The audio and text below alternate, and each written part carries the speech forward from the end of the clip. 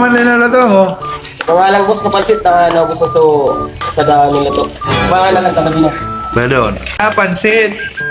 Ibubulgar na natin ngayon kung paano natin linuluto yung pansit. Guys, manood kayo guys. Bawang. Pero may nauna na yan na ano guys. May nauna na yan na karne. Giniling na karne, pampalasa kasi yan guys. Sibuyas. Yan. Tostaduhin lang natin. Yung medyo matosta siya ng konti. Yan kasi ang nagpapasarap sa pansit ba to guys. Kailangan yung ricado, tostado talaga. Sunod na ilalagay natin dyan, paminta.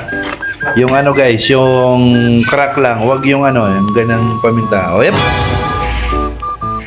Naula guys, naula. Naibobo. Pero okay lang yan. Masarap naman sa pansit kahit marami yung ano, yung paminta. O, ayan na guys. Medyo natutusta na siya, tostado na siya. Lalagay na natin yung tauyo. Asan yung tauyo? Hanapin yung tauyo. Asan? Eh, nandyan pala yung tauyo, guys. Oh, tansyahan lang yan. Wala kaming ginagamit na panukat dyan. Only legend knows. Only legend knows how to cook pancit perfectly. English yun ah.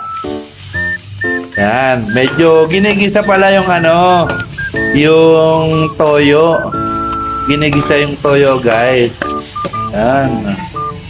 Sunod niyan, may nakaprepare na kaming tubig. Lalagyan ng tubig yan. Tansyameter ulit. Yan. Lalagay na yung tubig guys. Tapos pagkalagay ng tubig, kasi kalahating kilo lang muna ang lulutuin natin, lalagyan na natin yan ng bitchin guys. May bitchin yan, hindi pwedeng wala, pero konti lang. Hindi naman yung marami, oh. Yan, oh. Lagay na, oh. Oh, diba? 1 teaspoon. Sunod, Nor cubes.